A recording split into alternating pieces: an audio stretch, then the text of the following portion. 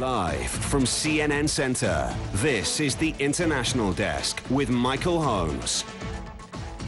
Well, the fear that comes with uncertainty. Num mundo interconectado e globalizado, é normal os canais de notícias 24 horas ter tido um sucesso e um impacto muito grande, principalmente em sociedades como a americana e como a europeia, nas quais pessoas têm necessidade, por várias questões diferentes, têm necessidade de se manter informadas permanentemente. Hoje as notícias chegam de um ponto para outro no mundo na velocidade da luz. E isso é um fato do qual a TV não pode continuar alheia. Olha, os canais de notícias 24 horas, eu acho que eles potencializam duas promessas que são do jornalismo e do telejornalismo em especial como um todo. Essas promessas são a promessa de autenticidade e a promessa de atualidade. O jornalista não para. Não tem direito a ter hora de almoço, não tem direito a buscar o filho na escola, infelizmente. Mas tem que estar sempre disponível para atender essa demanda da redação. Agora são quase 2 horas da tarde, a nossa equipe está sem almoçar, porque nossa vida é maior correria. Então, assim, eu escrevi o texto, gravei o off e liberei para o programa que está no ar agora. E aqui no carro é assim, ó, tem... Vocês não acharem que é mentira, a nossa vida é tão corrida, eu trago fruta e aqui a gente vai vivendo assim, nessa correria, não tem rotina, mas é cansativo, mas também vale muito a pena quando você vê o resultado no ar, sabe? A Record, a Bandeirantes e a Globo, os três têm um canal próprio de notícias. Isso é, para um país como o Brasil, eu acho que é uma coisa maravilhosa. Você vai para a França, você vai para a Espanha, você vai para qualquer outro país da América Latina, você provavelmente não vai ver um volume de oferta, um leque tão grande de oferta. O fenômeno dos canais noticiosos não é um fenômeno novo. No Brasil, esse fenômeno data dos anos 90, com o surgimento da Globo News em 1996. Depois da Globo News veio a Band News, que também é um canal fechado, e depois a Record News, que é em UHF, portanto, de transmissão aberta. Mas eu acho que desses três, a Globo News, não só porque foi a pioneira, permanece sendo a grande referência do ponto de vista de produção de um canal noticioso. Até o surgimento da Globo News, de um canal de notícias 24 horas no ar, as pessoas não tinham, na verdade, onde ir para ter informação se elas quisessem naquele momento. Você ouviu falar que aconteceu alguma coisa? Só para dar um exemplo não tão distante daquela época. Quando caiu o avião com os Mamonas Assassinas, a notícia foi dada no Domingão do Faustão, que era o que se tinha no ar no momento, tanto é que não existia jornalismo no Domingão até aquele momento. Foi ali que ele começou. Nós precisávamos de mais tempo do que os horários dos telejornais para discutir determinados assuntos.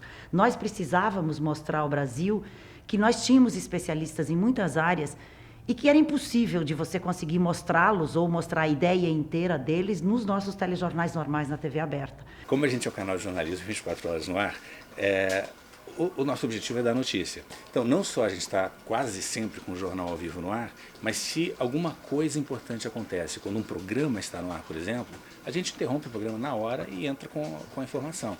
Agora, nem sempre você tem de imediato toda a informação sobre o que aconteceu. Da produção parte um primeiro filtro para dizer, olha aqui, chegou uma coisa boa aqui de Belém. Belém está avisando que tem um incêndio lá que é de grandes proporções, tem uma imagem que vai pintar daqui a pouco. Então isso já é o princípio da notícia. Você começa dando o que você está vendo, o que você sabe. E as informações vão chegando, você vai completando aquela informação junto com quem está assistindo. Então, acho que essa é a grande graça. Você não necessariamente entrega o produto pronto, você acaba entregando ele pronto quando você tiver todas as informações mais para frente no dia. Por mais que a gente tenha gente sempre de olho no que está dizendo o rádio da polícia, por exemplo, que a gente chama de escuta, né? E apurando coisas que já estejam acontecendo em desenvolvimento, tem coisa que surge que é alguém que liga para cá e fala, ó, caiu um negócio aqui, morreu alguém ali e tal. Então foi uma colega nossa que por acaso ouviu um restinho de notícia no jornalismo de uma rede concorrente que não era nem 24 horas. Ela ouviu no SBT dizendo assim, qualquer momento voltaremos com outras notícias sobre a morte de Hebe Camargo. A apresentadora Hebe Camargo morreu esta madrugada na casa dela, no bairro do Morumbi, na zona sul de São Paulo. Ela foi uma das pioneiras da TV brasileira. Tem um momento que é chamado Hard News, que é no noticiário constante e noticiário de hora a hora, preparando alguns jornais grandes ao longo da programação, um jornal grande de manhã às 10 horas da manhã, depois tem jornal grande depois do almoço, porque tem o Estúdio Ida Maria, que é um misto assim e tal, não sei o quê. Depois vemos com o jornal grande das 18 horas e o grande jornal da Globo News, que é o Jornal das 10. O espelho do Jornal das 10, às 10 da manhã, ele já começa a ser feito. Então são tipo 12 horas antes do jornal. E aí ele vai sofrendo transformações, ele toma uma forma já bem definida às 4, a gente leva para uma reunião de editores. Quando sai da reunião de editores que acabou agora, por exemplo, a gente já está com um quadro bem definido do jornal. Então agora a gente está só aberto para o que pode aparecer de novo aí, mas o jornal está encaminhado. Este é o Jornal das 10 do dia 29 de novembro. Nós voltamos em 30 segundos. A seleção é feita constantemente.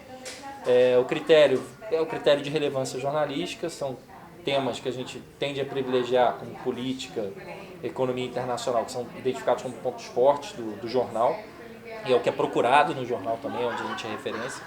E nesses três a gente tenta combinar um binômio lá da notícia com análise, tem uma dinâmica ali constante entre notícia e análise, que vem aí com essa parte do aprofundamento, não é só noticiar.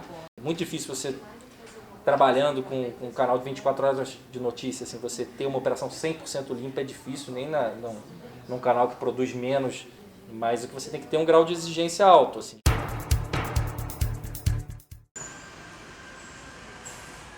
Velho, dá para trocar a canopla para a gente fazer aqui um flash para a Globo News? O ao vivo ele tem o apelo do momento, isso tem uma atratividade enorme, quer dizer, tudo que seja ao vivo na televisão, independentemente do conteúdo, veja o que eu vou dizer, tem uma atratividade. Então, o ao vivo, ele, a meu ver, reforça um componente importante da notícia, que é o instantâneo, que está acontecendo nesse exato momento. Não tem edição, tudo pode acontecer, isso gera uma atratividade enorme, porque há uma realidade, há um choque de realidade. A edição, ela vai obedecer a critérios ou de tempo ou de afinidade do editor com a forma como cada um se expressa. O ao vivo está livre de amarras. O ao vivo é o que é. Nos meus 16 anos de âncora na Globo News,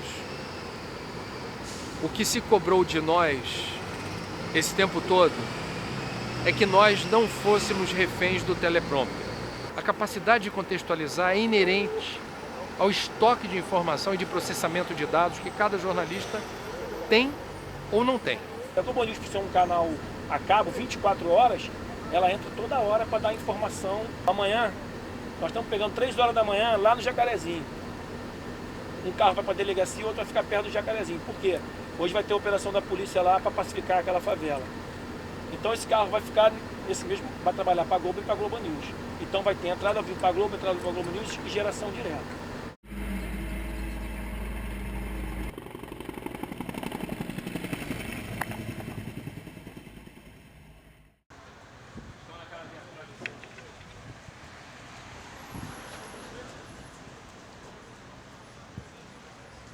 Agora, 7 horas e 42 minutos, pelo horário de Brasília, a gente vê aí imagens ao vivo feitas pelo Globocop, da região do Complexo de Manguinhos.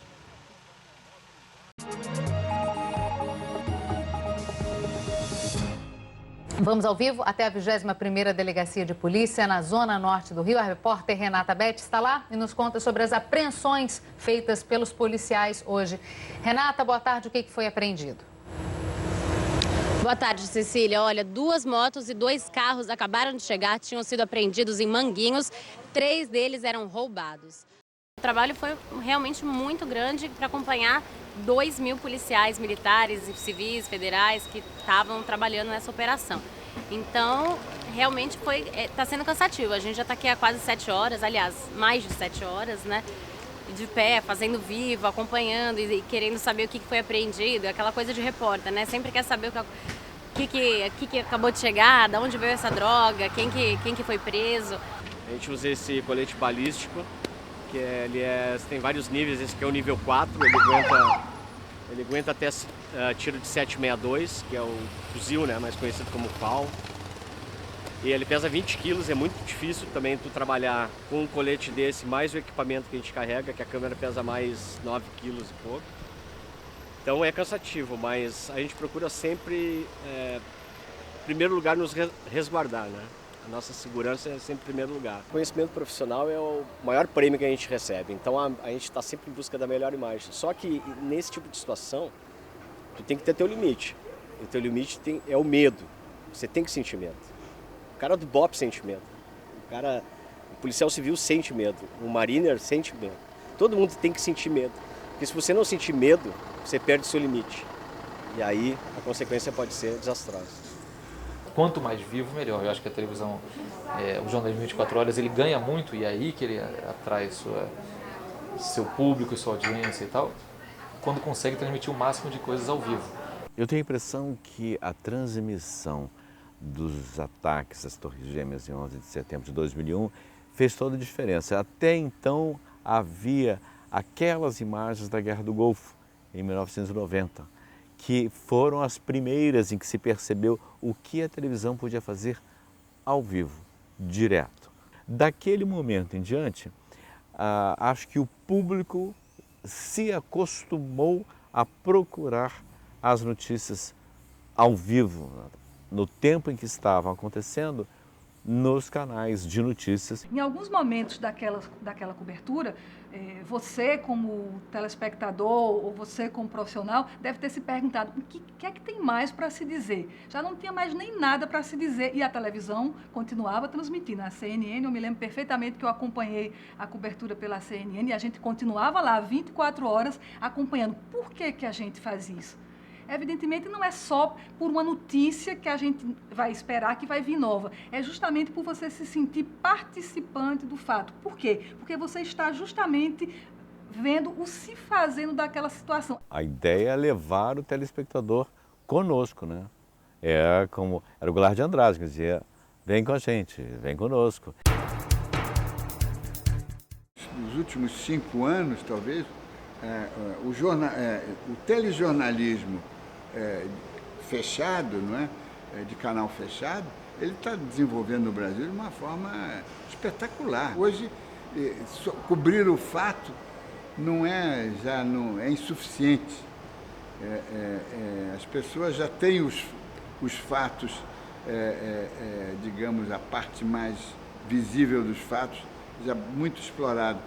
Você quer entender o que liga os fatos? É a análise, a interpretação, não é?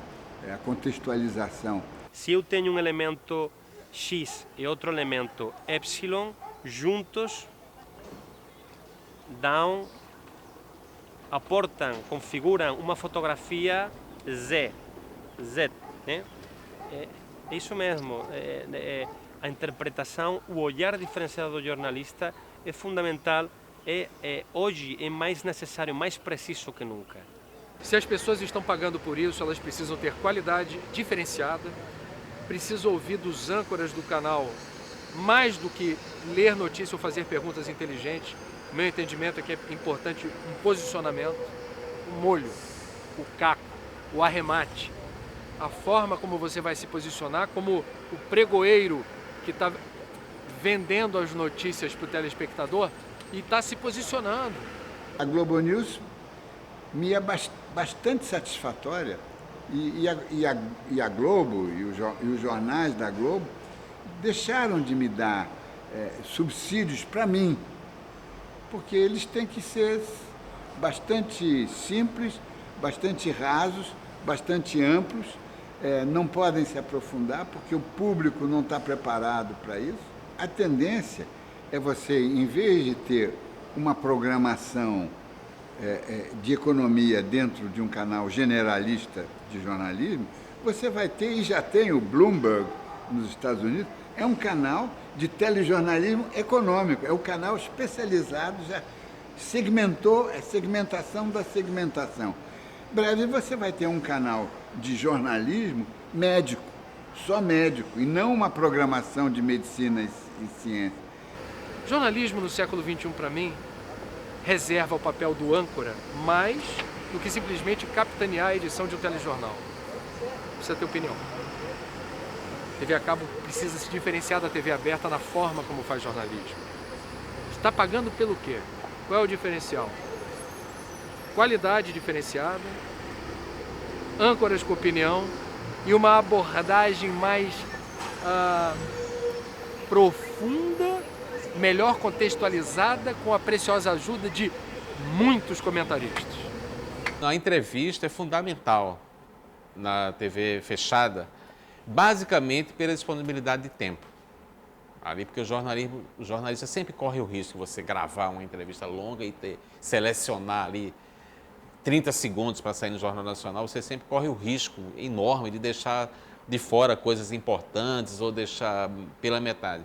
Eu acho que a TV a cabo deve exercer essa função de dar a palavra ao entrevistado. Que você tem que fazer o dever de casa, entendeu? Se preparar para entrevistar, né?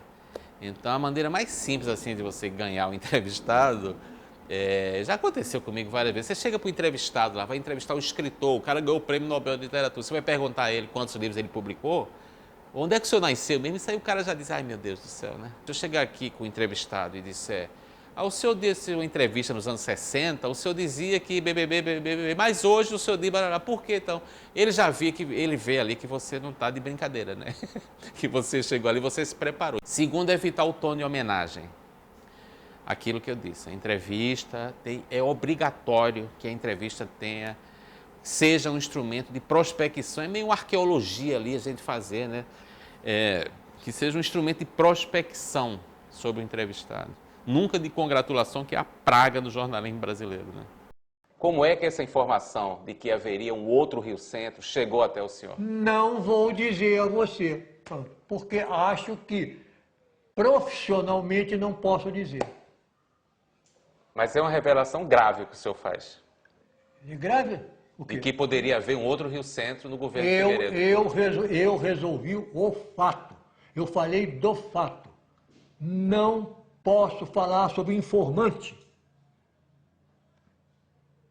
Você é jornalista, fala o que o informante diga a você pedindo sigilo? Não. Permita-me ser igual a você.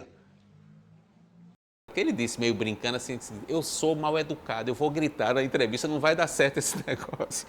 Eu disse, ele, não, vamos fazer. Intimamente eu estava até torcendo que ele gritasse. Ele gritou, porque para a televisão é muito bom, né?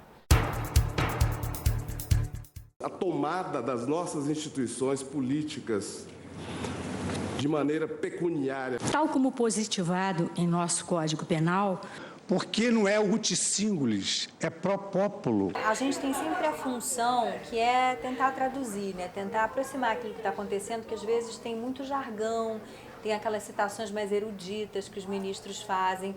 Então, sempre tentar explicar o que é aquilo, sabe? De maneira que aquilo não seja um assunto distante, encastelado, que não me diz respeito, que na verdade diz respeito a todo mundo, diz respeito ao país. Nós vivemos um momento de multiplataformas. Não era assim há 10 anos, não era assim há 15 anos. Então a linguagem da televisão foi se transformando, em geral, da TV aberta e também dos canais por assinatura. Então hoje você tem que transformar de alguma forma as notícias mais complicadas, mais complexas no mundo da economia em algo palatável, interessante, fácil, para que todo mundo possa de alguma maneira pegar aquela informação e dar uma utilidade na sua vida. Eu acho que tem um desafio muito bacana para as TVs por assinatura, que é levar coisas interessantes e eventualmente mais profundas para quem está em casa, e não necessariamente quem está em casa tem mestrado, doutorado naquele assunto, né?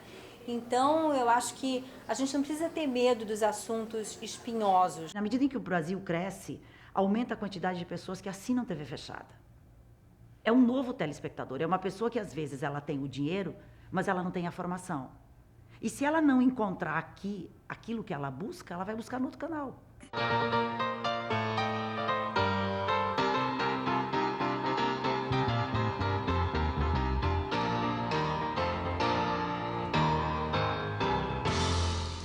Olá, boa noite. Sabe onde nós estamos? Bom, estamos ao vivo de Olinda, mas estamos nessa belíssima Igreja do Carmo, que foi restaurada e é aberta ao público depois de 10 anos, mais de 10 anos de restauração. Houve e há uma disposição em abrir para as várias manifestações da literatura no Brasil. São muitas, são inúmeras, só não apareciam. E passaram a ter um canal através da Globo News e do Globo News Literatura. Transmitir o Afliporto ao vivo foi o que? Foi um incentivo da direção do canal. Nós queremos estar lá e nós queremos trazer o que está lá para o maior número de brasileiros possível. Citando Ariano Suassuna, cachorro come osso porque não tem filé. O povo gosta de arte, o povo tem várias manifestações artísticas. Podem não ser a tal da alta arte como os elitistas compreendem, mas o carnaval é arte, a folia de reis é arte, o reisado é arte, são formas diferentes de arte. Não faz mais sentido certas deficiências que nós ainda temos, deficiências técnicas e logísticas, sobretudo, que nós temos no telejornalismo fechado aqui no Brasil. Eu acho que nos canais fechados, porque dispõem de mais tempo para a notícia, já que esse é o objeto deles, é o produto deles, eles poderiam ousar mais, experimentando formas de telejornalismo mais colaborativas, não no site, como um complemento, como um conteúdo articulado, mas como conteúdo mesmo, que do site vai para a televisão. Acho que é uma tendência, cada vez mais vai se usar, até porque com isso você tem acesso a quase tudo. Todo mundo tem um celular no bolso. Geralmente você vê essas colaborações quando você tem justamente grandes tragédias onde os nossos cinegrafistas amadores hoje em dia, munidos de celulares, para ser cinegrafista amador hoje basta ter um celular, né? Não precisa ser como antigamente. Então os nossos cinegrafistas amadores são convocados a colaborar. A cobertura internacional própria é muito fraca, Quer dizer, não faz sentido você quer saber uma coisa do Oriente Médio e eles põem a matéria do correspondente baseado em Jerusalém. Ora, ele não está vendo nada, ele não está sabendo de nada, ele está sabendo tanto quanto nós. O ideal que é, obviamente, a minha resposta é clara, o ideal é você ter uma boa cobertura internacional. Como? Através de um bom time de correspondentes. Quem pode pagar isso? Poucos veículos no mundo podem pagar isso. Eu tenho a sorte de trabalhar para um deles, que é a CNN. CNN faz uma boa cobertura internacional, porque eles têm musculatura econômica. Não podemos ser um rolo compressor, despejando toneladas de assuntos no colo do telespectador, achando que ele vai ter sempre a mesma capacidade de processamento desses dados. Para que serve o jornalista? Para aferir valor ao fato, maior ou menor. Nós precisamos ajudar as pessoas a compreender a relevância e a ordem de grandeza de cada assunto. Isso é jornalismo. Informação pura e dura, você entra no Google, você bota a palavra que você quiser e você vai ter instantaneamente todas as notícias dos grandes veículos do mundo e das grandes agências disponíveis. Nós estamos reaprendendo a perguntar na TV aberta a partir da TV fechada, porque você só pergunta se você sabe, você só pergunta se você tem conhecimento. Você só consegue tirar do seu entrevistado a informação que o telespectador precisa se você souber perguntar. E você só sabe perguntar se você tem base, né? Se você se dedica àquilo que você faz, se você estuda. Nós voltamos a estudar mais o telejornalismo a partir disso. Se o jornalista não tem curiosidade, ele não vai saber. O jornalista é um especialista em ideias gerais. Telejornalismo de canal fechado é o futuro.